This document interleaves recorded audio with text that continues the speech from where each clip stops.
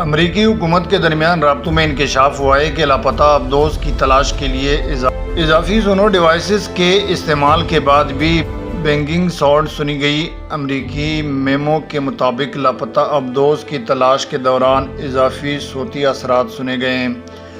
واضح رہی کہ بحر اوقیانوس میں سیاحوں کی لاپتہ ابدوز ٹائٹن کی تلاش جاری ہے۔ برطانوی اخبار کے مطابق حکام نے رپورٹ کی تصدیق نہیں کی ہے۔ لاپتہ ابدوز کی تلاش میں امریکہ اور کینیڈا کے بحری جہاز اور طیارے حصہ لے رہے ہیں۔ 21 فٹ کی ٹائٹن نامی ابدوز مقامی وقت کے مطابق اتوار کی صبح 4 بجے روانہ ہوئی تھی، مگر پونے 2 گھنٹے بعد اس کا رابطہ منقطع ہو گیا تھا۔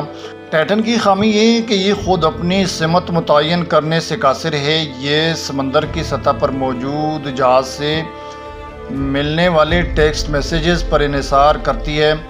امریکی حکام نے اس میں موجود 5 افراد کی شناخت ظاہر نہیں کی، تاہم تصدیق کی ہے کہ ان میں سے ایک پائلٹ ہے جبکہ 4 مشن اسپیشلسٹ ہیں۔ ٹائٹینک کے ملبے کی سیر کرانے والی لاپتہ ابدوز میں 2 پاکستانی بھی سوار تھے۔ اہل خانہ نے جاری کیے گئے بیان کے ذریعے بتایا ہے کہ لاپتہ ابدوز میں پاکستانی تاجر شہزادہ داؤد اور ان کا بیٹا سلیمان داؤد بھی سوار تھے، جن سے ہمارا رابطہ منقطع ہو چکا ہے۔ برطانوی میڈیا کے مطابق شہزادہ داؤد اور ان کے بیٹے سلیمان داؤد ٹائٹینک کی باقیات دیکھنے ابدوز میں گئے تھے۔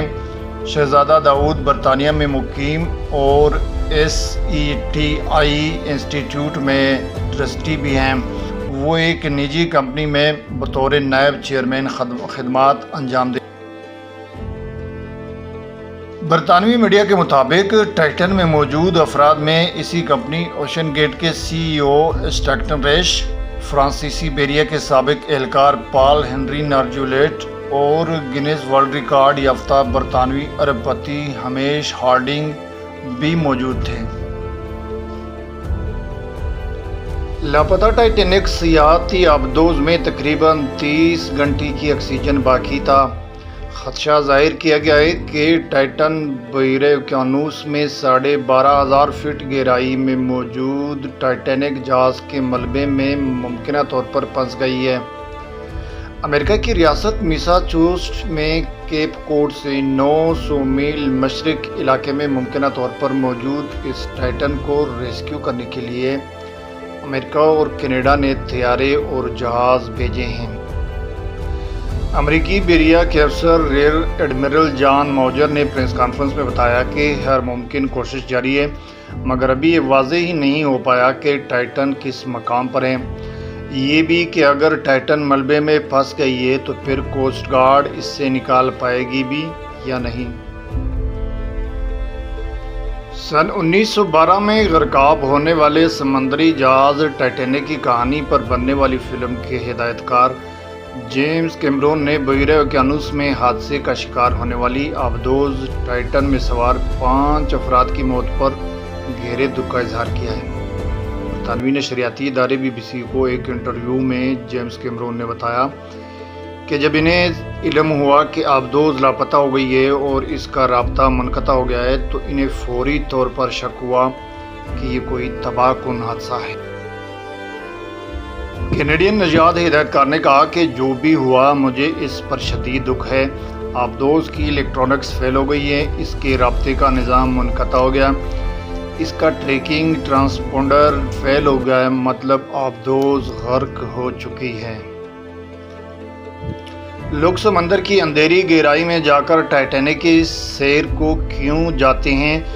ٹائٹینک جہاز خطرناک حادثے کا شکار ہو کر سمندر کی اندھیری گہرائی میں غرق ہونے کے باوجود بھی بہت خوبصورت اور دلکش ہے۔